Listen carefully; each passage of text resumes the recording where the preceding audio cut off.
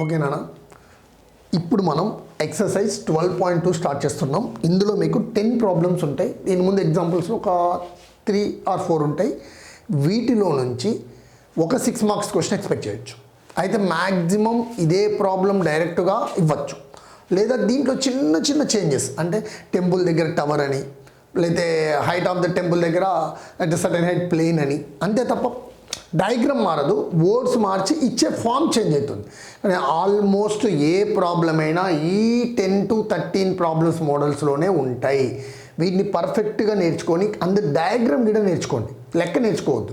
అప్పుడు మీరు ఏ లెక్కైనా చేయగలుగుతారు. ముందు ఈ ప్రాబ్లం మనం చదివితే, ఏ టీవీ టవర్ అంటే ఒక టీవీ టవర్ ఉంది, stands on the vertically on the one side of the road.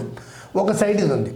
From A point other side అంటే రోడ్కి other side directly opposite to the tower. అంటే ఎలా ఉంది? టవర్కి ఎదురుగా ఉంది ఎగ్జాక్ట్లీ.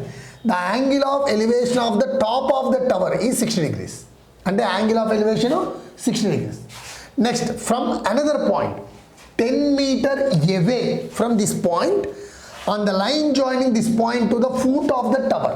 ఇది important. The angle of elevation is 30 degrees. Find the height of the tower and the width of the tower. ఇది question. ఇవి కీవర్డ్స్. ఇప్పుడు దీని నుంచి డయాగ్రామ్ ఎట్లా డ్రా చేయాలని చెప్తా, కొంచెం కేర్ఫుల్గా వినండి అన్న. డయాగ్రామే important. First, a TV tower stands vertically on the one side of the road. చూడండి, ఒక టీవీ టవర్ ఉంది అన్నాడు, నేను ఒక టీవీ టవర్ వేసాను. ఓకేనా? Next, from A point the other side directly, అంటే ఇది రోడ్డు, ఒక సైడ్ ఏమో టవర్ ఉంది, ఇంకో సైడ్ ఈ పాయింట్ దగ్గర ఏముంది, అక్కడ నుంచి other side direct off tower. The angle of elevation of the tower అంటే ఇక్కడ నుంచి ఎంత ఉంది నాన్న?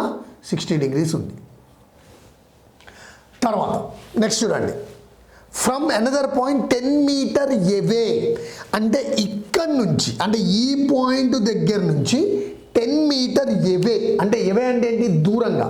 మనకి ఇమ్మీడియట్గా వచ్చే డౌట్, 10 meter అన్నప్పుడు ఇటు రావాలా అది గుర్తుపెట్టుకోండి. ఇక 10 meter రావడం మనకు వచ్చే బేసిక్ కన్ఫ్యూజన్ ఏంటంటే, 10 meter వచ్చినప్పుడు మనకు వచ్చే కన్ఫ్యూజన్ ఏంటంటే, ఈ 10 meter ఇటు పెట్టాలా ఇక్కడ మీకు ఇక్కడే ఉంటుంది. 10 meter away from this point on the line joining this point to the foot of the tower. అంటే ఫూట్ ఆఫ్ ద టవర్ నుంచి లైన్ జాయినింగ్, అంటే ఈ ఫూట్ ఆఫ్ ద టవర్ నుంచి ఏ లైన్ అయితే జాయిన్ అవుతుందో ఆ జాయిన్లో అవే ఫ్రమ్ ద టవర్ అంటే టవర్కి దూరంగా వెళ్తుంది, అంటే ఇటు సైడ్ వస్తుంది. అంటే 10 meters ఇక్కడ, అంటే ఇక్కడ నుంచి మీరు పాయింట్స్ పెట్టుకుంటే ఏ బి సి డి, ఈ సిడి అనేది 10 meters. ఇక్కడ నుంచి యాంగిల్ ఆఫ్ ఎలివేషన్ ఎంత ఉందన్నాడు? 30 degrees. Find the height of the tower అంటే ఇది కనుక్కోవాలి. And width of the road అంటే ఇక్కడ నుంచి ఇక్కడ దాకా, దీన్ని ఎక్స్ అనుకోవాలి. ఇది డయాగ్రామ్ ఒకసారి బాగా చూడండి. ఇక్కడ విడ్త్ ఆఫ్ ద, ఇది చూడండి, ఇదేమో టీవీ టవర్, ఇక్కడ నుంచి ఇక్కడికేమో విడ్త్ ఆఫ్ ద రోడ్. ఇక్కడ 10 meter away from the foot of the tower అంటూ 10 meter. Angle of elevation at the road నుంచి 60, అవతల 30. ఈ ప్రాబ్లం చేసేటప్పుడు మీరు అస్సలు కన్ఫ్యూజ్ అవ్వద్దు నాన్న. ఇక్కడ 2 యాంగిల్స్ వస్తున్నాయి. ఈ 2 యాంగిల్స్లో ఒకటి చూడండి, ఇదొక యాంగిల్. మనం ప్రతి చోట ఏ ట్రయాంగిల్ తీసుకోవాలి? రైట్ యాంగిల్ ట్రయాంగిలే తీసుకోవాలి. ప్రతి చోట రైట్ యాంగిల్ ట్రయాంగిల్ మాత్రమే తీసుకోవాలి. రైట్ యాంగిల్ ట్రయాంగిల్లో ఒకటి ఖచ్చితంగా 90 degrees ఉంటుంది. అంటే ఇప్పుడు ఇక్కడున్న దాంట్లో మనకి పాసిబుల్, అసలు మామూలుగా పాసిబుల్ ఉన్న ట్రయాంగిల్స్ ఏంటంటే, ఒకటి ట్రయాంగిల్ ఏబిసి, ఇదొక ట్రయాంగిల్. రెండో ట్రయాంగిల్ ఏబిడి, ట్రయాంగిల్ ఏబిడి. మూడో ట్రయాంగిల్ బిసిడి, ట్రయాంగిల్ బిసిడి. 3 రకాల ట్రయాంగిల్ ఉన్నాయి ఇక్కడ. ఇది 1, ఇది 2, ఈ మొత్తం కలిపి 3. ఇక్కడ మీరు గుర్తుపెట్టుకుంటే, ఇప్పుడు ఈ 1 ట్రయాంగిల్ ఏంటి? ఏబిసి. ఇందులో ఏముంది? ఏబి, రైట్ యాంగిల్ ఉంది, అంటే ఇది మనకు అవసరం, తీసుకోవాలి. రెండోది, ఇప్పుడు ఈ ట్రయాంగిల్ తీసుకున్నాం అనుకోండి, ఏబిడి. చూడండి, ఏబి ఇక్కడ స్ట్రైట్ వర్టికల్ లైన్ ఏముంది? ఏబి ఎక్కడ ఉంటుందో అది ఖచ్చితంగా తీసుకోవాలి. అంటే ఏంటి? ఏబిడి తీసుకోవాలి. ఇప్పుడు ఒకవేళ మీరు బిసిడి తీసుకున్నారనుకో, అక్కడ అసలు రైట్ యాంగిల్ ఏది? సో ఈ ట్రయాంగిల్ ఎప్పుడూ కూడా తీసుకోకూడదు. సో మనకి ఇక్కడ రూల్ ఏంటంటే ఖచ్చితంగా రైట్ యాంగిల్ ట్రయాంగిలే తీసుకోవాలి. ఫస్ట్ రైట్ యాంగిల్ ట్రయాంగిల్ ఏముంది ఇక్కడ, ఇగో ఇది ఉంది చూడండి, ఏ ఇది ABC ఈ రైట్ యాంగిల్ ట్రయాంగిల్. సో నేనేం చేస్తున్నా, ఫ్రమ్ ట్రయాంగిల్ ABC దీని ప్రకారం ఇక్కడ యాంగిల్ ఎంత ఉంది 60, ఏ సైడ్ ఉంది దీనికి ఆపోజిట్లో, opposite by adjacent. So opposite side by adjacent side ఏమైతుంది నాన్న, tan θ. సో θ వాల్యూ ఎంత 60. So tan 60 is equal to opposite side h by X. tan 60 value ఎంత √3 is equal to h by X. X అనేది తీసుకురండి, h is equal to x √3. Equation number 1 ఇది అయిపోయింది. ఇప్పుడు next a triangle తీసుకోవాలి, ఖచ్చితంగా ఇది ఉండాలి, ఈ యాంగిల్ ఉండాలి, అంటే ABD. So from triangle ABD ఇది ఇంపార్టెంట్. ఇప్పుడు ఇందులో ఈ యాంగిల్కి ఆపోజిట్ ఏమవుతుంది నాన్న, ఇక్కడికి ఆపోజిట్ ఇదే, ఇది తీసుకోవట్లేదు మనం. సో దీనికి ఆపోజిట్ ఏముంది AB, అంటే ఆపోజిట్ సైడ్. అడ్జసెంట్ సైడ్ ఏంటి, ఇక్కడ నుంచి ఇక్కడ దాకా, ఎందుకంటే నువ్వు తీసుకున్న ట్రయాంగిల్ ఇది కదా. దీని ప్రకారం దీనికి ఇది ఆపోజిట్, అంటే అసలు ఇది లేదనుకోండి, మీరు ఇది లేదనుకోండి, అంటే tan 30కి ఆపోజిట్ సైడ్ ఏమవుతుంది AB, అడ్జసెంట్ సైడ్ ఏమవుతుంది AD. ఎందుకంటే మనం తీసుకున్న ట్రయాంగిల్ ఇది, అంటే ఇది లేదు, ఇది లేదు. ఇప్పుడు ఓన్లీ ఏంటి అంటే మీకు రఫ్గా డయాగ్రామ్ ఇట్లా ఉంటుంది నాన్న, మధ్యలో 16 తీసేస్తే ఇలా ఉంటుంది. డాట్ పెట్టుకోండి, ABD ఇక్కడ 30 degrees, ఇక్కడ 10 ఉంది, ఇక్కడ x ఉంది, ఇక్కడ h ఉంది. ఇది ఇప్పుడు దీంట్లో ఆపోజిట్ సైడ్ ఏంటి h. అడ్జసెంట్ సైడ్ దగ్గరకు వచ్చేసరికి మీకు ఏంటంటే ఇక్కడ మీరు అబ్జర్వ్ చేస్తే ఇది మొత్తం తీసుకోవాలి, అంటే ఇది 10 ఇది x, అంటే ఇక్కడ ఏం చేయాలి ముందు అర్జెంటుగా x + 10 తీసుకోవాలి, అంటే ఈ రెండింటిని యాడ్ చేయాలి x + 10.